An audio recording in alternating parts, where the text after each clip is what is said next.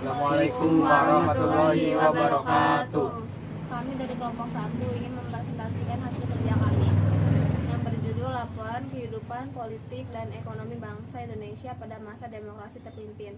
Saya Risma Sadia sebagai moderator, Sumiati sebagai pemateri 1, Muhammad Riki sebagai pemateri 2, Rio Rendi sebagai pemateri 3. Kata pengantar.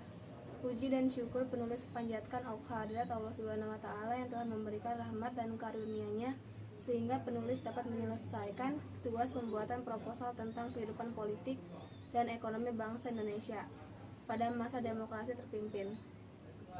Penulis juga menyampaikan terima kasih kepada Haji Iwan Setiawan, SPD, Guru Mapel Sejarah Indonesia. Penulis menyadari pembuatan proposal kehidupan politik dan ekonomi bangsa Indonesia pada masa demokrasi terpimpin ini masih jauh dari sempurna.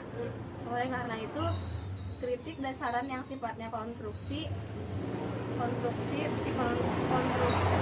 sangat diharapkan oleh penulis. Akhir kata, kami berharap semoga proposal kehidupan politik dan ekonomi bangsa Indonesia pada masa demokrasi terpimpin dapat bermanfaat bagi semua pihak yang berkompeten dan bagi penulis khususnya. Demikian kata pengantar dari penulis. Penulis menyampaikan terima kasih atas perhatian dan koreksi dari berbagai pihak. Kepada pemateri 1 dipersilakan. Bab 1. B. Demokrasi terpimpin. 1. Kehidupan politik. A. Dekret Presiden 5 Juli 1959 merupakan jembatan politik dari era demokrasi liberal menuju era demokrasi terpimpin. Latar belakang. A. Pemberlakuan sistem demokrasi terpimpin dilakukan untuk memperbarui struktur politik Indonesia. B. Pembentukan kabinet gotong royong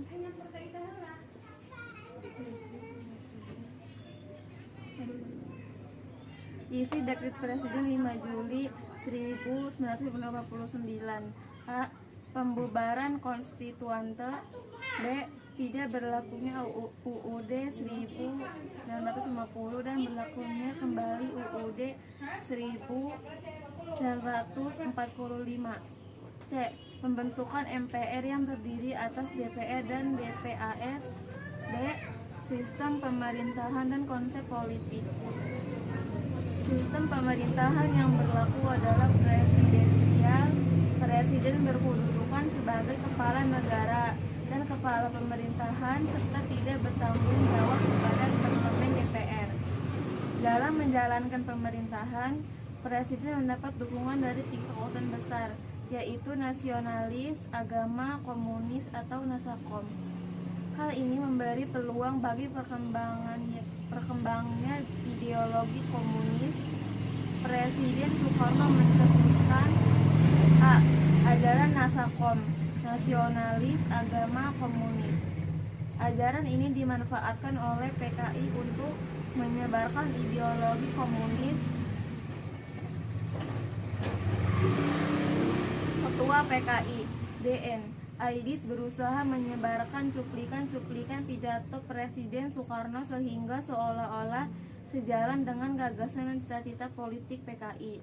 B. Ajaran PIM, Revolusi Sosialisme Indonesia dan Pimpinan Nasional. Tujuan memperkuat kedudukan Soekarno.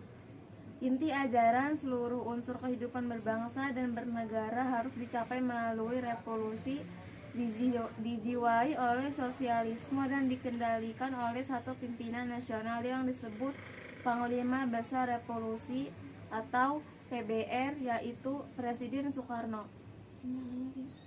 Dampak kedudukan lembaga tinggi dan tertinggi negara ditetapkan di bawah presiden. C. Politik luar negeri. Sejak